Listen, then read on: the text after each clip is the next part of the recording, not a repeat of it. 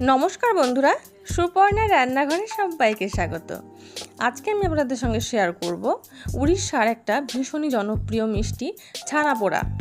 আমরা কিন্তু উড়িষ্যায় বা পুরীতে বেড়াতে গেলে ছানাপোড়া কিন্তু সবাই খেয়ে থাকি। এই মিষ্টিটা যেমন খুব ঝটপট করে বানানো যায়, তেমন খেতেও কিন্তু অসাধারণ হয়। উপকরণও খুবই কম। চলুন তাহলে দেখে নেওয়া যাক আমার আজকের এই ছানাপোড়ার রেসিপিটি। আমি এখানে 500 গ্রাম ছানা নিয়েছি, তবে আপনারা কিন্তু দুধ থেকে ছানা বানিয়ে নিতে পারলেও কোনো অসুবিধে নেই। তবে ছানাটা যেন খুব ড্রাই না হয়, একটু যেন জল জল থাকে। এবার এই ছানার মধ্যে দিয়ে দেব স্বাদ অনুযায়ী চিনি। মিষ্টিটা কিন্তু পুরোপুরি আপনাদের পছন্দের ওপরে দেবেন। আমার কিন্তু এই ছানা পোড়াতে খুব বেশি মিষ্টি ভালো লাগে না, তার জন্য মিষ্টিটা কিন্তু আমি একটু লাইট রাখছি, তার জন্য হাফ কাপ পরিমাণে কিন্তু আমি চিনি দিলাম। আপনাদের বেশি হলে অবশ্যই বেশি দিতে পারেন। আর দিয়ে দেবো হাফ কাপ মতন সুজি। ছানা পোড়ার মধ্যে যদি সুজি দেওয়া হয় তাহলে কিন্তু ছানা পোড়াটা ভীষণ স্পঞ্জি হবে। সুজি আর চিনি দিয়ে ছানাটাকে খুব ভালো করে মাখিয়ে নেব, যেন ছানার মধ্যে কোনো গোটা না থেকে যায়। ছানাটাকে প্রায় 6 থেকে 7 মিনিট মাখিয়ে নেওয়ার পরে দেখুন ছানাটার মধ্যে কেমন একটা ক্রিমি টেক্সচার চলে এসেছে। এবার এই ছানাটাকে আমি ঢাকা দিয়ে রেখে দেব আধ ঘন্টার জন্য। তাতে কিন্তু সুজিটা খুব ভালোভাবে কিন্তু ভিজে যাবে আর চিনিটাও একদম গলে যাবে। দেখুন ছানাটা কিন্তু মাখিয়ে নেওয়ার পরে একদমই সফট হয়ে গেছে। এই রকম হওয়া পর্যন্ত কিন্তু মাখতে হবে। এবার ঢাকা দিয়ে রাখছি, আধ ঘন্টা পরে ফিরে আসব। আধ ঘন্টা পরে ফিরে এলাম। আমি ছানাটা একটা বড় পাত্রে নিয়েছি, কারণ ওই বাসনটার মধ্যে ছানাটাকে কিন্তু এইভাবে নাড়াচাড়া করতে খুব অসুবিধে হচ্ছে। যেহেতু আমি সুজি দিয়েছি, ছানাটা কিন্তু একটু ফুলে গেছে। এবার এর মধ্যে দিয়ে দেব হাফ চামচ পরিমাণে এলাচ গুঁড়ো। এবার এলাচ গুঁড়ো দিয়ে ভালো করে মিশিয়ে নেব।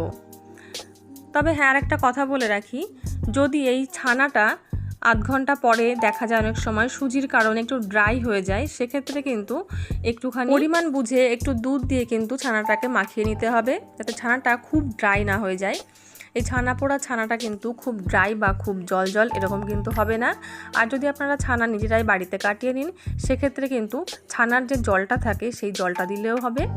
আর আমি এখানে দিয়ে দিচ্ছি এই বড় চামচটার 1 চামচ পরিমাণে ঘি আর এলাচ দিয়ে খুব ভালো করে ছানার সঙ্গে কিন্তু একদম মিশিয়ে নিয়েছি। এবার এরকম একটা অ্যালুমিনিয়ামের বাটি নিয়েছি, যে বাটিটার নিচে এবং গায়ে কিন্তু আমি ঘি মাখিয়ে নিয়েছি। ঘিটা মাখিয়ে নিয়ে এর ওপরে দিয়ে দেবো একটা পেপার। বাটার পেপারও দিতে পারেন, বা যদি না থাকে সেক্ষেত্রে কিন্তু এইরকম কোনো সাদা পেপারও দেওয়া যেতে পারে।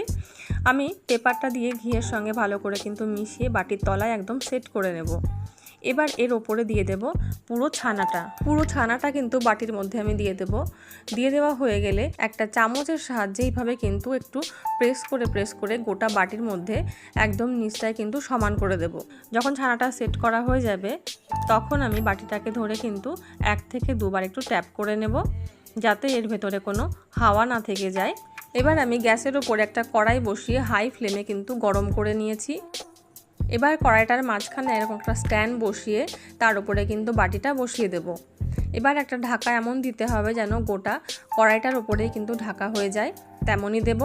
ঢাকা দিয়ে প্রথমে হাই ফ্লেমে রাখবো 10 মিনিট, আর মিডিয়াম টু লোয়ে রাখবো 20 মিনিট। তারপরে আবারও কিন্তু হাই ফ্লেমে রাখবো 5 থেকে 7 মিনিট। তারপরে ঢাকাটা কিন্তু খুলে আমি দেখে নিচ্ছি একটা টুথপিক দিয়ে।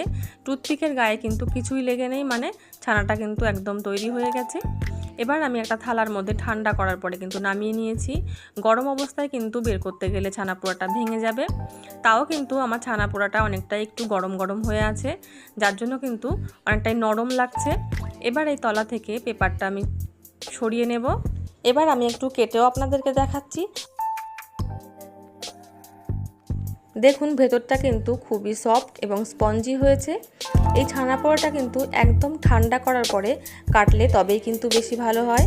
আমি একটু তাড়াহুড়ো করে কেটে ফেলছি, তার জন্য কিন্তু একটু নরমই লাগছে। তৈরি হয়ে গেছে আমার আজকের রেসিপি ছানা পোড়া। আপনাদের এই ছানা পোড়া রেসিপিটি কেমন লাগলো তা কিন্তু কমেন্টে জানাতে একদম ভুলবেন না।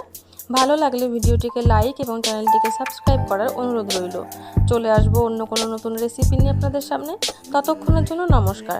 সবাই ভালো থাকবেন, সুস্থ থাকবেন।